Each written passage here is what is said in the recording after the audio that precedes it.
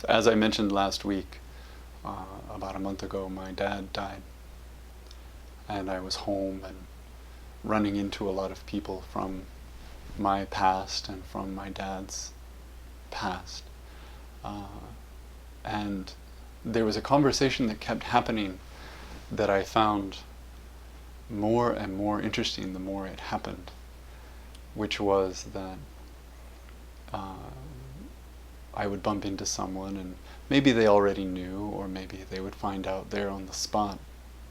And then they would say to me, "Oh, well, you're a Buddhist. You must have a lot of tools for dealing with this. That's great."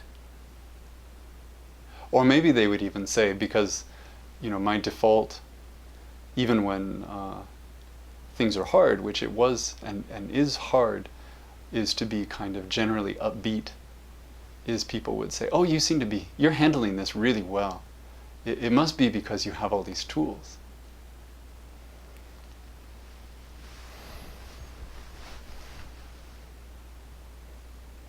This is a place that isn't super Buddhist. So one of the things that I take from that repeated encounter is that there's a kind of message that's gotten out there that Buddhism is a kind of treasure trove of techniques.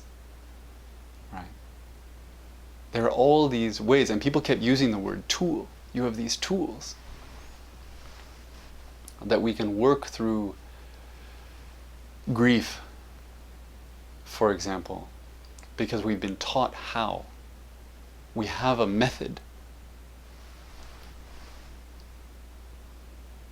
And before I say anything more about that, I want to acknowledge that even though that's not necessarily the corner of Buddhism where I spend most of my time, the fact is that Buddhism is a treasure trove of techniques and tools. And that's really interesting. And it's worth paying attention to. And that there's nothing wrong with that.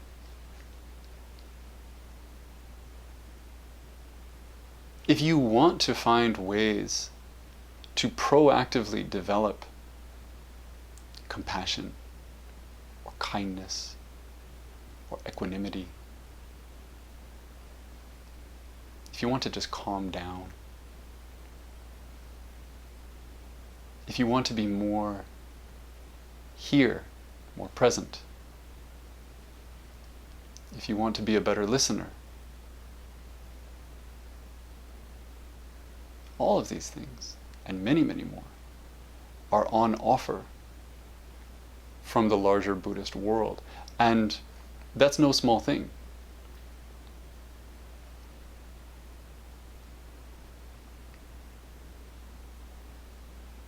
I wouldn't discourage anyone from diving into that basket and seeing what they can find. But I also had this response. Whenever this question would come up, was I felt a little bit like a deer in the headlights.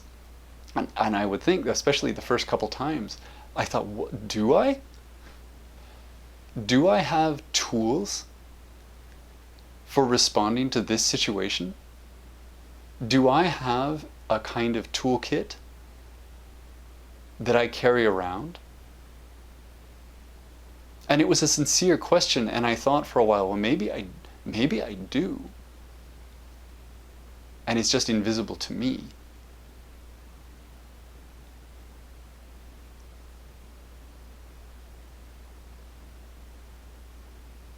And now a month later, I would say, maybe. Maybe there's something I'm doing that's automatic. Something I'm drawing upon that I don't see myself drawing from. But basically, what I wanted to talk about tonight is that for good or bad, I think we're part of a tradition that doesn't really offer that. Buddhism does. Zen, not so much. And we can all come to our own conclusions about how we feel about that. What that means or doesn't mean. I was thinking today, as I was thinking about this topic, I thought, what does Zen prepare us for? In practical terms, what does it really give us the skills to do in the real world? And the best one I could come up with was, I think it prepares us well for long road trips. And I say that because I think Zen has two basic offerings. One is that through Zen practice, not as a tool exactly, but just as something we become conditioned to, we learn to live with discomfort. We learn to be okay with it. At a retreat, you sit perfectly still for a long time. And we have these teachings that are telling us to look kind of unflinchingly at things that we may not want to look at. And so when you're in that car and the next rest stop is 200 miles away and you forgot to bring any food or water, it doesn't feel good. There's no magic technique to make it right. But you might be able to say, thanks to my Zen practice, it's not so bad. I can be a little bit thirsty. I can be a little bit hungry. I can hold it a little longer. The other reason that Zen is so great for long road trips is not because it teaches us how to drive or how to deal with cars, or even the most basic thing, where we're going. Zen's terrible at that. What it does teach us to do, though, is to stay awake and keep our eyes on the road. Literally. If we sit in zazen, we have the experience of either A, wanting to fall asleep, or B, wanting to put our mind somewhere else, somewhere other than where we are now. And we practice. We aren't really taught, but we practice in that situation, keeping our eyes open, even though everything in our body is telling us to shut them. And staying here, even though everywhere else we can imagine, at least on the surface, seems more compelling. So that's what we get.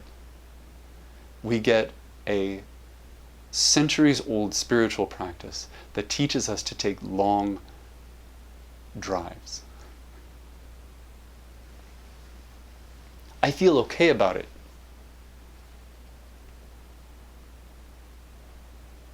But it may not be what people want.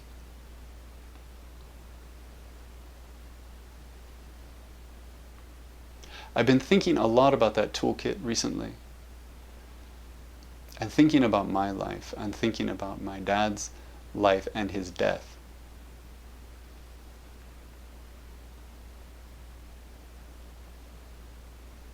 I think about COVID. I think about these fires that are raging right now. I think about my kids as they grow up. And I come back over and over again to the most basic thing, to the 5 remembrances again: sickness, old age, death, change, and the responsibility of our lives. These 5 things, all of which we would naturally like to change. We'd like to fix them. And if we can't fix them, we'd like to make them better. Or we'd like to feel better. Of course we would. And so we run to our toolkit and we open it up. And we're hoping that there's a hammer or a saw or something. Or we open the medicine chest and we hope that there's aspirin or a Band-Aid.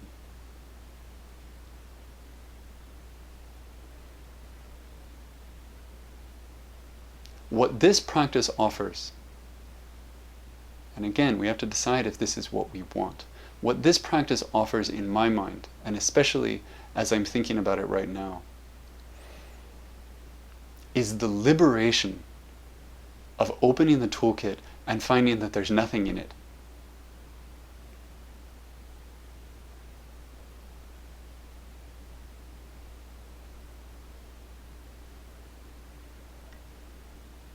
That you can't solve these problems in any cosmetic way. You can't get away from them.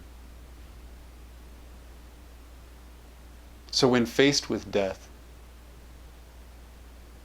we look at what resources we have to change it, to make it better, and we find there are none, because it is inescapable reality. Same for all the rest.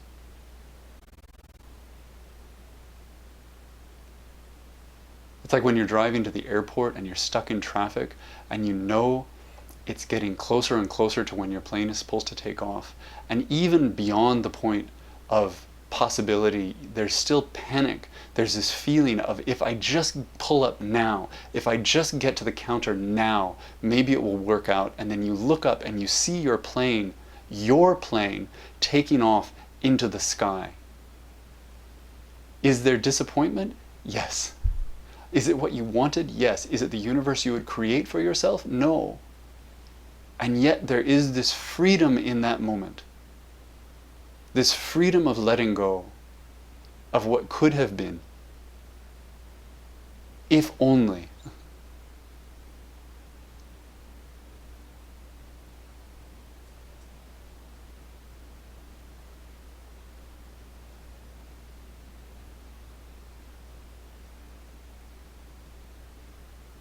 I find so much honesty and so much, I will say it, comfort and so much reward in that.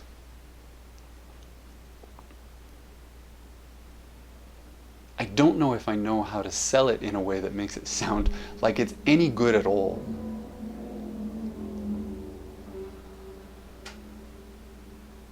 But if this is what we're doing, I think that's what's on offer.